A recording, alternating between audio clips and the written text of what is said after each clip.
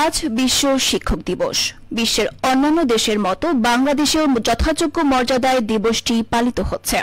ইউনেস্কোর উদ্যোগে 1994 সাল থেকে প্রতি বছর এ দিনে বিশ্ব শিক্ষক দিবস পালিত হয়ে আসছে।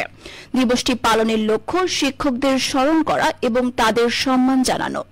এ বছরের শিক্ষক দিবসের প্রতিপাদ্য শিক্ষকতা পেশা মিলিত প্রচেষ্টার দীপ্তি। এদিকে রাজশাহীতেও বিশ্ব শিক্ষক দিবস পালিত হয়েছে। বাংলাদেশ আদর্শ শিক্ষক ফেডারেশনের উদ্যোগে আজ নগরীর 0 পয়েন্টে সমাবেশ অনুষ্ঠিত হয়। পরে একটি বর্ণাঢ্য র্যালি সাহেববাজার মণিচত্বর হয়ে পুনরায় সাহেববাজার 0 পয়েন্টে এসে শেষ হয়। সমাবেশে বক্তারা বলেন, শিক্ষকদের মানসম্মত বেতন ভাতা বৃদ্ধি ও আবাসন খাতে সমতার জোরদার করা প্রয়োজন। এর মাধ্যমে শিক্ষকেরা হবেন আরও দক্ষ ও আত্মবিশ্বাসী, আর শিক্ষার্থীরা পাবে আরও সমৃদ্ধ ও কার্যকর শিক্ষা। শেষ পর্যন্ত জাতির ভবিষ্যৎকে করবে আরও আলোকিত।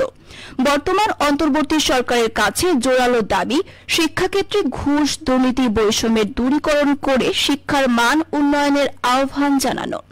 এ সময় উপস্থিত ছিলেন বাংলাদেশ আদর্শ শিক্ষক ফেডারেশন রাজশাহী মহানগর শাখার সভাপতি অধ্যাপক কামরুল আহসান ও সাধারণ সম্পাদক ড. কুদ্দুসুর রহমান।